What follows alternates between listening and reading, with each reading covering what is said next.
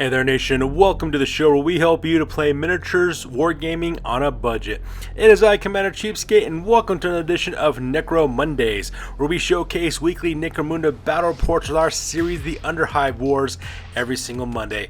And this episode, ladies and gentlemen, is a very special episode because Battle Report number 65 is the championship battle for our Sector 7 Turf War. The Sector 7 Turf War has been the Dominion campaign that we've been playing for about a year and a half now on this channel, and now with our 12 different gangs fighting out for control of Sector 7, we've now come to the final battle report of that campaign series for a championship battle that is fought between my two friends, Sister Serial and Screamo the Emo. Sister Serial is bringing Precinct 13, a Palanite Enforcers gang, while Screamo the Emo is bringing the Red Faction of the Genestealer Cults. So as you guys are well aware, when it comes to making a Dominion campaign, the way we've been running our Dominion campaign is that whoever has the most reputation by the end of the campaign are the ones who are going to elevate all of our, rank up all of our gangs from best to worse. So because of this, the top two gangs with the most reputation are the Precinct 13 Palanite Enforcers and the Genestealer Cult Red Faction. So these guys will be fighting it out to figure out once and for all who holds sway over Sector 7. Will it be law and order, or will it be the depravity of the Genestealer Cults? So with that being said, ladies and gentlemen, we're going to play some background music real quick. As we do so, we'll show you pictures of both gangs as well as their rosters. If you want to see exactly what they're taking, you can pause it and look at your own leisure. So with that being said, ladies and gentlemen, let's get this battle report on a roll.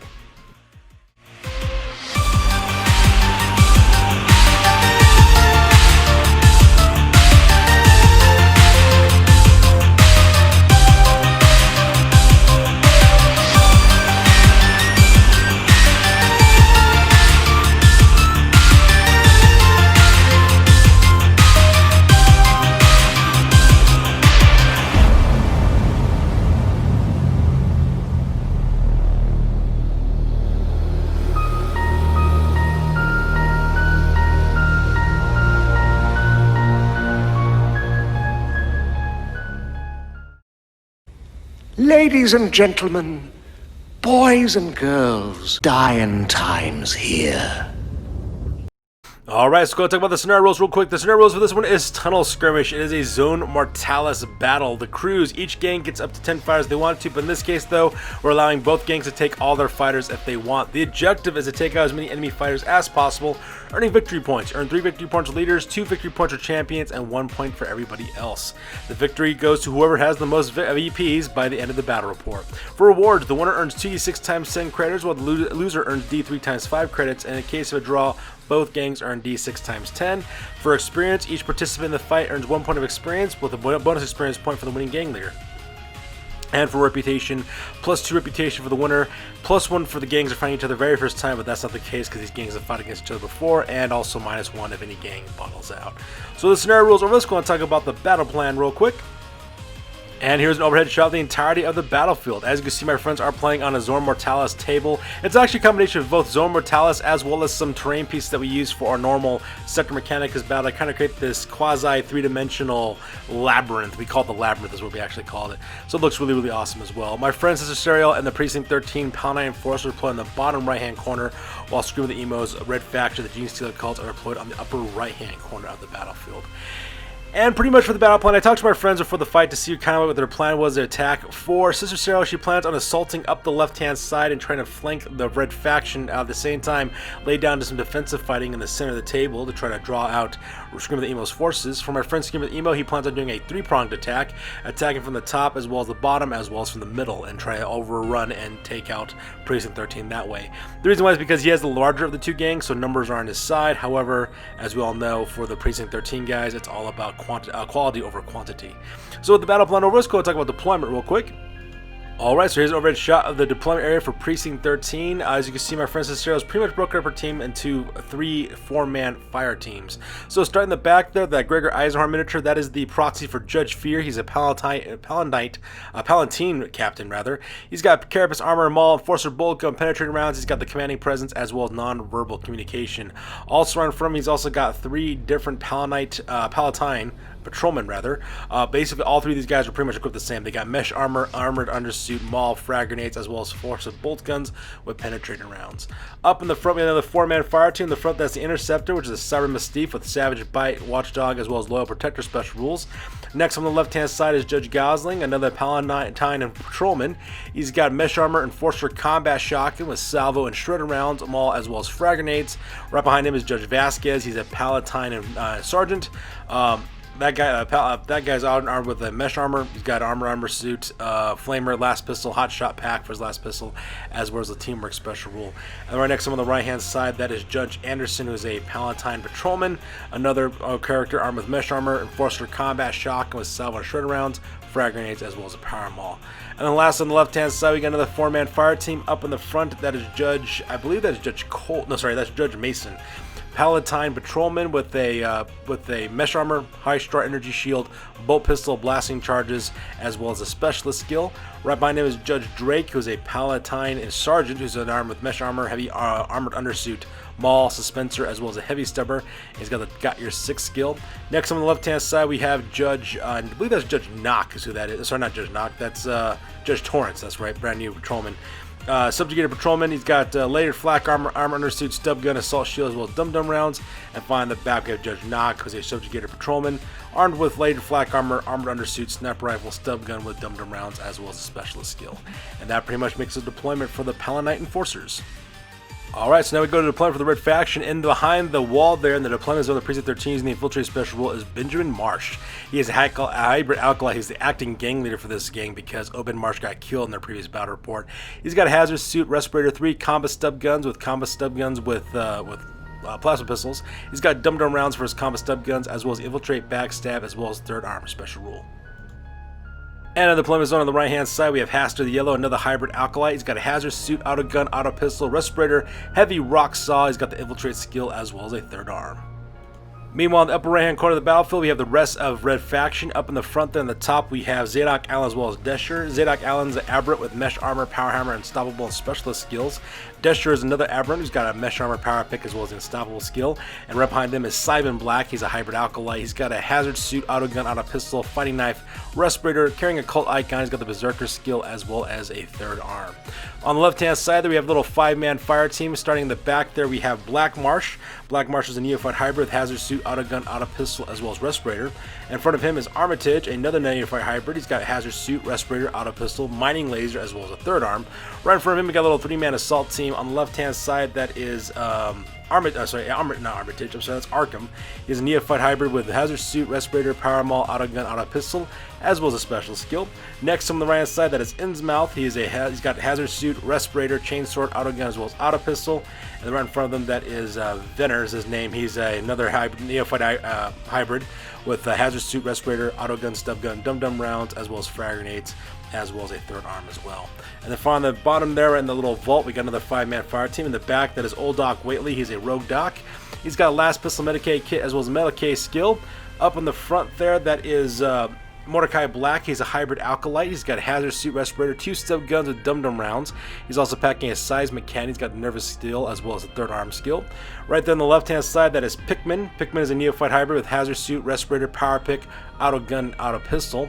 Next on the right hand side, that is Reed, another neophyte hybrid with hazard suit, respirator, armed with a web gun, auto gun, as well as auto pistol. And finally, up in the front there, we have Jorgensen, who's another neophyte hybrid with hazard suit, respirator, auto gun, frag grenades, as well as a fighting knife. And that pretty much makes the deployment for this one. So the deployment over with, we go directly to the top of turn number 1, and my friend Sister Sarah managed to get the initiative on this one, so the Palanite Enforcers will be going first.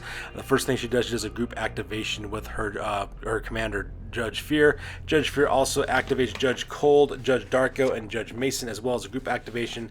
And as you can see, 2 of them go to the left-hand side to shoot through the wall directly at Benjamin Marsh, while the other 2 hook go right in order to shoot at Haster in yellow.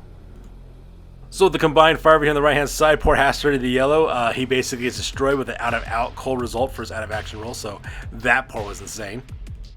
And unfortunately for Scream with the Emo, the same thing happens over here on the left-hand side with Bidger Marsh. He goes out of action as well with a head injury, losing 1 to his intelligence, as well as his cool. And just like that, the offense is already in the favor of Precinct 13. My buddy, Scream with the Emo, he tried to bet big to win big, because had he gone first, he would have totally left the smackdown, especially with Bidger Marsh opening with 3 combo plasma pistols, but it wasn't in the cards for him, so that part is pretty rough. Now, for the rest of the turn, not much really happened for individual activations. Pretty much it's just a whole bunch of people just moving for the most part. They're fighting on a really huge table, so because of that, my friends actually just spend this whole round just moving all their fighters. So as you can see here, Sister Serial takes our other 2 fire teams. They basically move up to the top of the center, one heading to the right-hand side, the left-hand unit heading towards the center of the battlefield. Meanwhile, the same thing is happening over here on the left-hand side with the little 6-man fire team heading to the left-hand side towards that bridge. That way they can jump over the wall and head directly to the center of the battlefield. And at the same time, on the top of the map, the Aberrants as well as Cyber Black, they start making their way directly towards the center. While the other 5-man fire team led by Mordecai Black tries to head up directly to the top of the battlefield, so that way they can flank around and catch the Precinct 13 members in a pincer attack. And that pretty much makes the first turn of this battle report. So we skip the end phase because there's no need to go to that point, and here's an overhead shot of the entirety of the battlefield at the end of turn number 1. As you can see, Precinct 13 is making their way through the Chaos Mark tile there on the right-hand side, making their way directly to the center of the battlefield. At the same time, the Red Faction is also doing exactly the same thing, trying to scoop from the top as well as from the right-hand side, as well as pushing their advance down the center. So with the turn number 1 over with, we go directly to the top of turn number 2, and both Scream of the Emo and Sister Serial roll off for a priority to see which of them will be going first. So with that, we go directly to the top at turn number 2, and once again, the Palanite Enforcers manage to get the initiative on this one. And just like the previous turn, majority of the turn is actually just spent moving miniatures around. So because I just did kind of group shots, because I wasn't going to stop and take pictures of individual fighters moving around, that would have driven you guys nuts. But as you see in this photo, pretty much Sister Serial starts sticking to her plan. She starts sending her forces over there directly to that fallen ramp, so that way they get good elevated positions to start overfiring over the battlefield. At the same time, she sends 2 more judges directly to the MCI Chemical Works, because they're going to plan on going up that ladder and holding that wall, so that way they could lay down some overwatching fire. Meanwhile, the little assault team led by Judge Vasquez, as well as the Cyber Mystique, as well as one of his enforcers, start going directly down the MCI Chemical Work in order to hook around and start assaulting from the right-hand side. Meanwhile, on the left-hand side, Judge Fear, as well as 3 enforcers armed with bolt guns and penetrating rounds, they start making their way up the left-hand side of the battlefield, looking like they're going to try to scoot around the left-hand side and try to outflank the Red Faction. So with that, we jump across the other side of the table for the Red Faction. As you can see, the Aberrants as well as Cyber Black are making their way directly to the center of the battlefield, cutting through the water tower in order to engage the Palanite Enforcers. My friend Scream with the Emo then sends up 3 of his fighters directly to the top of the bridge, so that they have good overwatching fields of fire with a mining laser, a grenade launcher, as well as an auto rifle, so that way they have a good covering position to fire on the enemy, and not to worrying about cover too much for the most part. Meanwhile, the assault team on the top of the table, led by Mordecai Black, are starting to make their way around the top of the table, trying to hook around to the left-hand side to assault the Precinct 13 Palanite Enforcers. Meanwhile, another 3-man fire team with I think is Jorgensen, as well as Innsmouth, as well as Arkham, they start making their way directly to the center to start putting some pressure for the Palanite Enforcers. So with all that said and done, that pretty much ends turn number 2. We skipped the end phase because no one did any fighting for this turn, and once again, just miniature maneuver taking place for the first 2 turns of the battlefield, because this battlefield is quite large, and my friends are playing on opposite corners of it. So they're just kind of maneuver around each other, trying to sneak up on each other, try to attack each other from the flanks, as well as the center as well. So at the over end of turn number 2 over with, we go directly to the top of turn number 3, and once again, my friends roll off for priority to see which of them will be going first. Alright, so with that, we go directly to the top of turn number 3, and the Palanite Enforcers once again get the initiative on this one, so Sister Serial goes first. Once again, she does a group activation again with Judge Gosling as well as the Interceptor, and both those fighters do a double movement, making their way past the water tower directly towards the center of the main lines belonging to the Red Faction. So because of that, my friend Screw the Emo then gets to go next. He does activate with Desher and actually tries to charge directly into Judge Gosling. Unfortunate for him though, Desher the airborne dog just kind of lands about 2 inches away from actually getting to his target. So because of that, he's kind of left out in the open exposed on the top of that chemical tank, which Sister Serial then takes full advantage of. She then activates Judge Knox. Judge Knox takes a basic action to aim his sniper rifle so that he gets +1 to hit, and does another basic action, open fire with the sniper rifle directly into Desher. The shot hits, and the shot also wounds, but to make matters worse, when they rolled for the wound roll, Sister rolled a 6 on that one, activating the sniper rifle's rending ability, which means it actually causes double damage directly onto Desher. So because that, Desher the Aberrant loses his last wound and takes off a serious injury as he falls off the chemical tank and lands right there in the middle of the water tower. Meanwhile, Scream of the Emo then activates Simon Black, who also does a group activation with Zadok Allen. Both those guys move up forward in order to help out their friends, so that way they can launch some counter charges in their next turn. And with that being done, the rest of the turn is basically just mostly movement between all my friends' different units. So because of that, I'm just going to do a quick rundown real quick and talk about exactly what ended up happening for each of the gangs in like little batch photos. So starting with the Palanite Enforcers, Judge Drake also as Judge Torrance, both those characters who run into the really top of that ramp, so they have good overwatching fields of fire over the entirety of the center of the battlefield. Meanwhile, Judge Mason, Judge Anderson, as well as Judge Vasquez, they do a double move forward, trying to cross that bridge directly to that broken wall, leading directly to the broken water tower. Meanwhile, on the far left-hand side of the battlefield, Judge Fear, as well as Judge Darko, Judge Cold, as well as Judge Dodd, all three of those guys make their way up there directly to the left-hand side, continuing their assault on the left-hand side of the battlefield. Meanwhile, my friend Scream of the Emo decides to activate the rest of his fighters on top of the bridge. Those guys leap from the top of the bridge directly over the wall into the back of the water tower to lend some support to the little three-man element. So you can see that we got Jorgensen with his Johansson with his grenade launcher. We also have Black Marsh. We also have what's that character's name? Mordecai Black. That's the name of the three fighters. No, sorry, not Mordecai Black. That is Armitage. Those three guys are making their way directly to the water tower to lend some support. Meanwhile, Reed, as well as Innsmouth, as well as Arkham, those guys are moving as quick as they can directly to the center of the battlefield to link up with the assault element. And finally, the rest of the assault element finally cross the bridges and make their way from the top of the battlefield, trying to flank left and try to hit the Palanite Enforcers that way. And that pretty much makes it the action phase for this one. So the action phase over with, you go directly to the end phase. And during the end phase for Desher, during the recovery roll, rolled another serious injury, so because he is still laying on the ground and he is still bleeding out from his injuries. And with that takes directly to the end of turn number 3. As you can see, the assault elements are starting to get together now. As you can see right here, we have forces moving from the top to flank left from the Red Faction, who are also assaulting from the center, as well as from the water tower side. We have the Palanite Enforcers trying to defend their area with the watchtower from the MCI chemical work on the bottom of the screen, as well as trying to flank left with another assault element on the far left-hand side of the battlefield. So at the end of the turn, we go directly to the top of turn number 4, and both my friends will roll off our priority to see which of them will be going first. So with that, we go directly to the top of turn number 4, and the Genestealer Cults manage to get the priority in this one. So for his very first activation, Scream of the Emo then activates Armitage. Armitage does a simple action move forward in order to fire his mining laser. And because he has a third arm, it actually counts as being a basic action fire heavy weapon. So he decides to fire his mining laser at the closest target to him, which happens to be Judge Drake, who is the judge carrying the heavy stubber, who's overwatching it from the ramp. Not only does he manage to hit, Judge Drake also managed to wound him as well, putting a serious injury on that character. Unfortunately for him, he also failed his initial attack and falls directly onto the ground, and he is currently laying on the ground bleeding out. And to make matters worse, his partner Judge Torrance has to take a break test to see if he stands his ground. Unfortunately for him, though, he fails his cool test, so he goes fleeing about 9 inches to the left-hand side, trying to escape the long-range shooting for Armitage and all the damage that guy can cause. So with that, Cicero goes next. She decides to activate Judge Nock, who takes a basic action to aim with his sniper rifle and takes another basic action to open fire directly into Armitage, because he's the closest target to her at this point. Cicero manages to hit as well as wound Armitage, putting a serious injury onto the Neophyte Hybrids because he goes crashing face down into the decking, and he's currently bleeding out with a serious injury. So with that, Scream of the Emo then moves up forward. This photo is taken after a couple of activations and a couple of movements as well, so we're going to be doing some batch photos for the most part. But as you can see on the top of the screen here, the little assault party led by Mordecai Black, as well as Old Doc Waitley. We got Pikmin, we also got Jorgensen, as well as Reed. Those guys start making their way as quickly as they can across the battlefield, directly towards the main line of the Palanite Enforcers. Meanwhile, Cicero starts moving blocking position with Judge Mason on the left-hand side with Judge Vasquez as well as Judge Anderson getting ready to jump over the wall to start assaulting the Red Faction on the other side. And while that's occurring, Judge Gosling as well as the Interceptor move on to the right-hand side, trying to get ready to get through make their way through this water tower to start assaulting the Red Faction members behind those little chemical tanks there. And that takes to the major play of this turn. So once again, my friend Cicero does a group activation with Judge Fear, who then also activates Darko, Mason, as well as Dodd. All 4 of those guys go up their normal movement allowance directly to where this intersection is.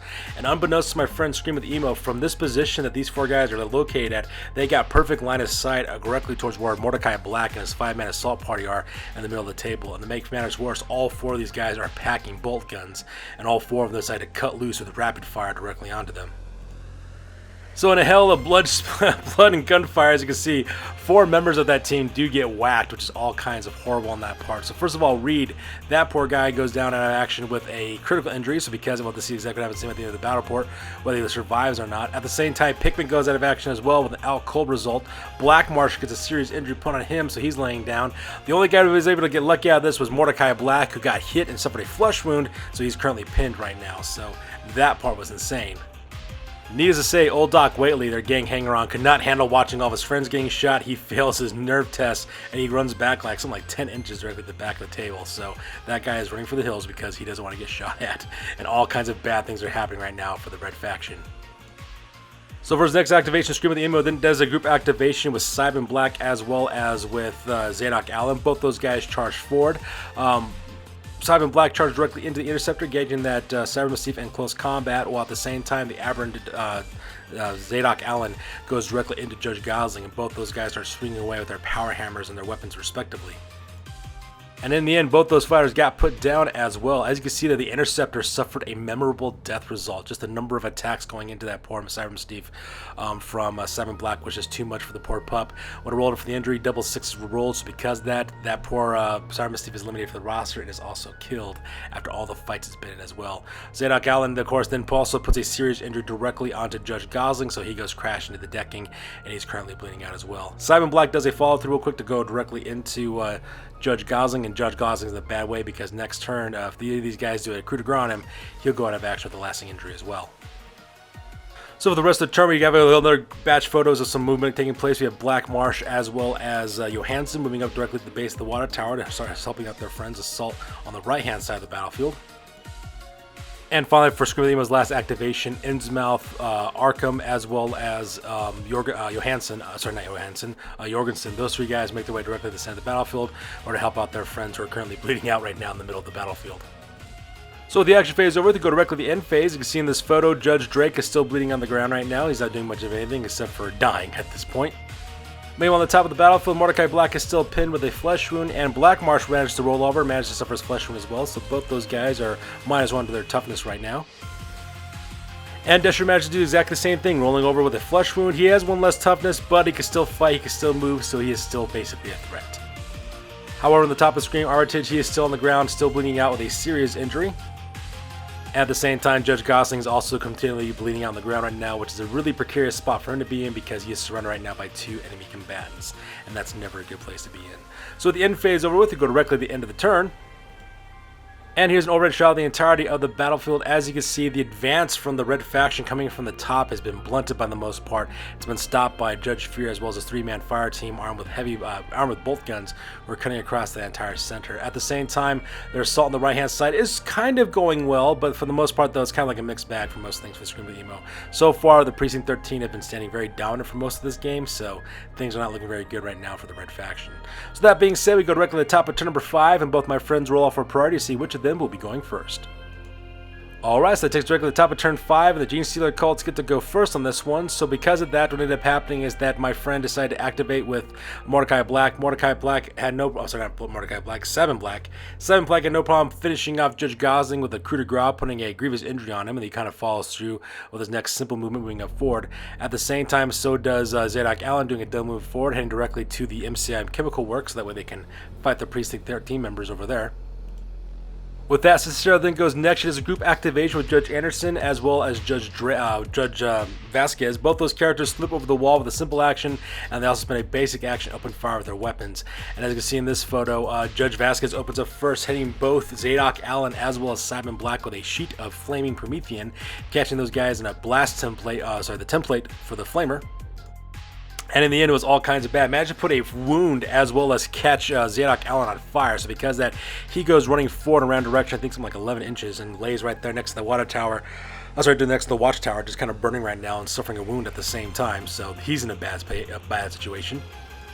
And at the same time, Cybin Black, he also runs back to the right. He moves back, I think, 9 or 10 inches and also collapses on the ground too. And he is currently burning on fire as well.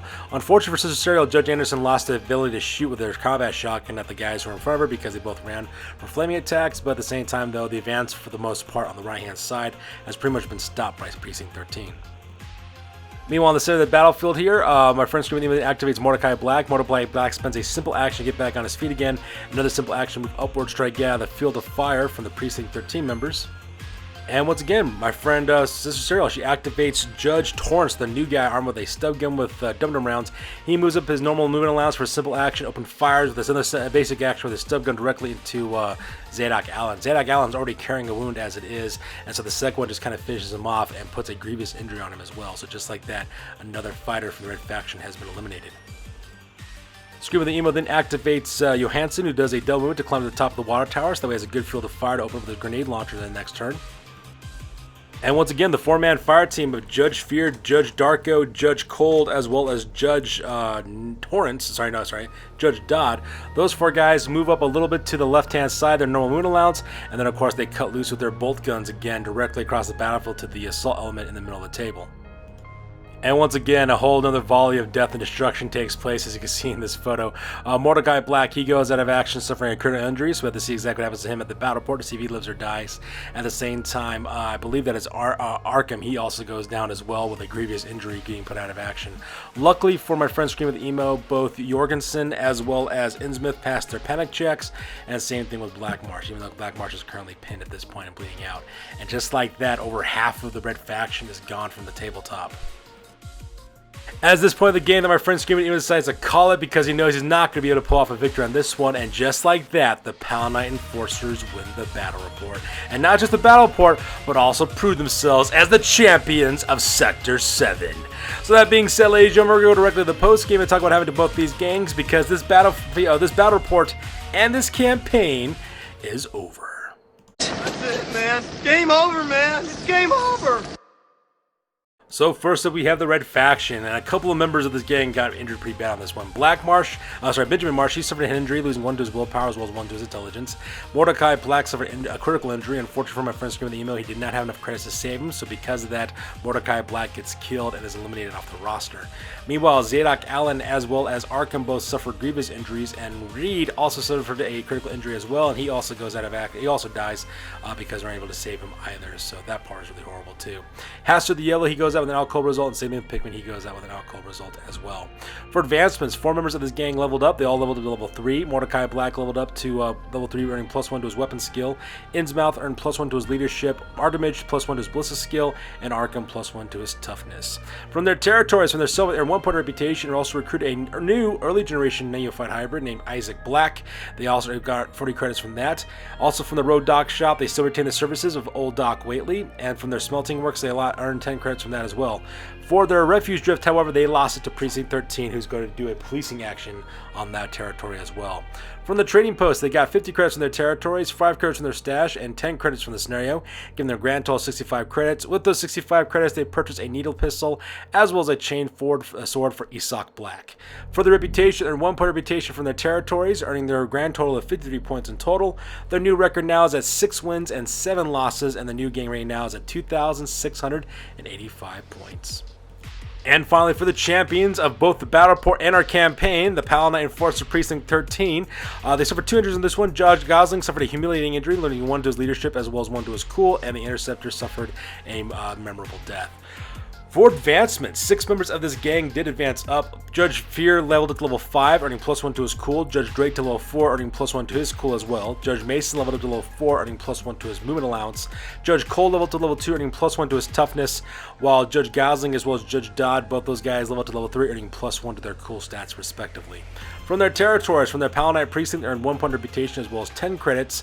And of course, from the Waste, Drinking Hole, Corpse Farm, and Tech Bazaar they control, they had already policed those a long time ago, so everything is fine. However, from their Refuge Drift, they managed to capture that from the Red Faction, and they policed it up, bringing law and order to the Refuge Drift, earning themselves 3 additional reputation points.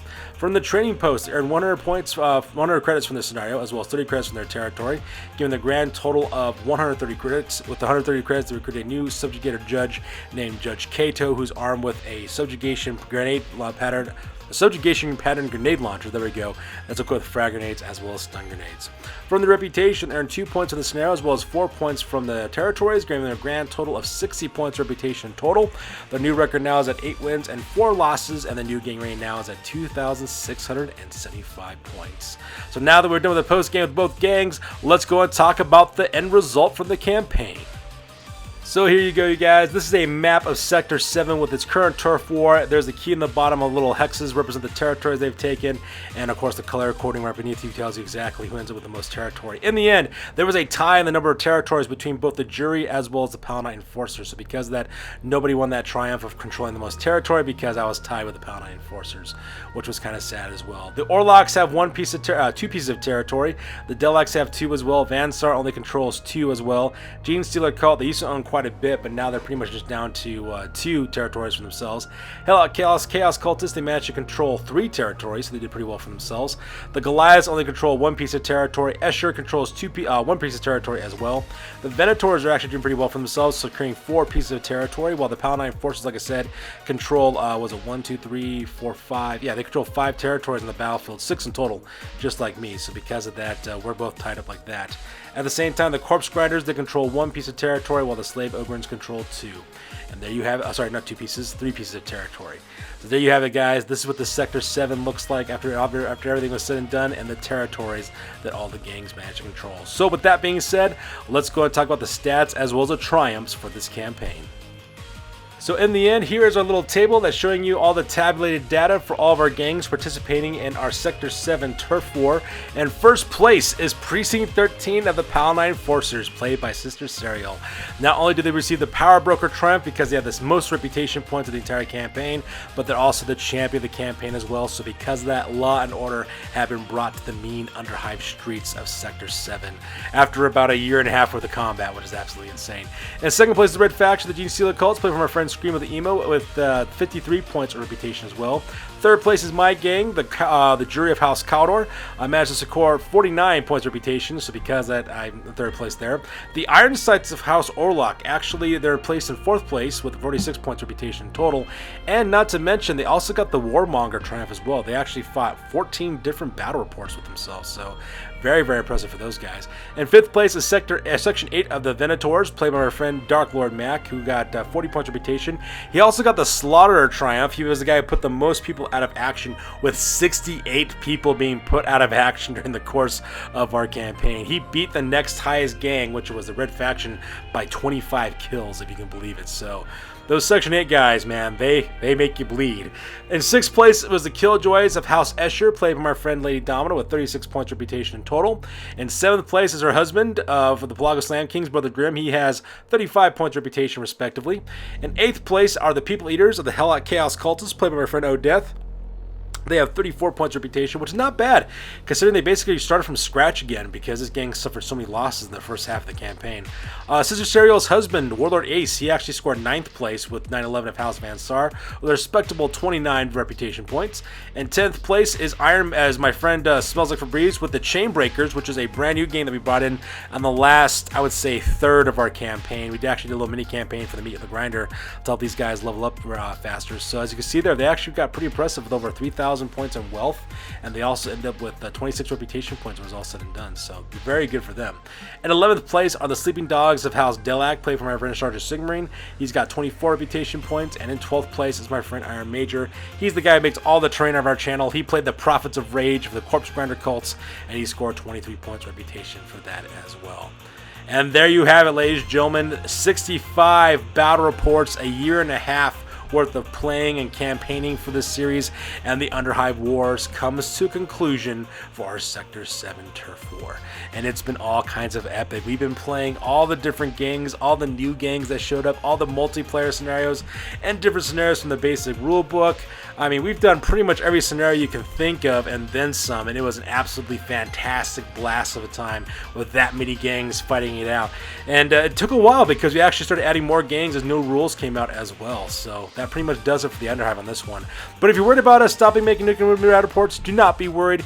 We will be back week after next with another campaign. This one is a homegrown campaign that we invented called the Anarchy Road is the name of the campaign series. And Anarchy Road, what that is, it is a home-generated campaign that is taking place in the Ash Waste, which is the wastelands outside of Necromunda. And it's also a vehicle-based campaign as well, which means that the gangs will be riding around in vehicles because that's how you stay alive in the Ash Waste, by staying mobile. So think of it as Mad Max mixed with Necromunda, and that's the craziness you're going to see on our next campaign, Anarchy Road. And of course, you can find that information on my blogger site.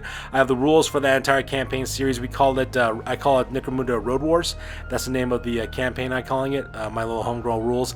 I will warn you guys about rules. I've just made those rules. We never play tested it yet, so we don't know if they're balanced or whatever the case may be. So if you run into problems, I'll let you guys know as that happens. But yeah, super excited about doing this vehicle-based campaign out in the Ash Waste, and I can't wait to bring you that, guys, as well.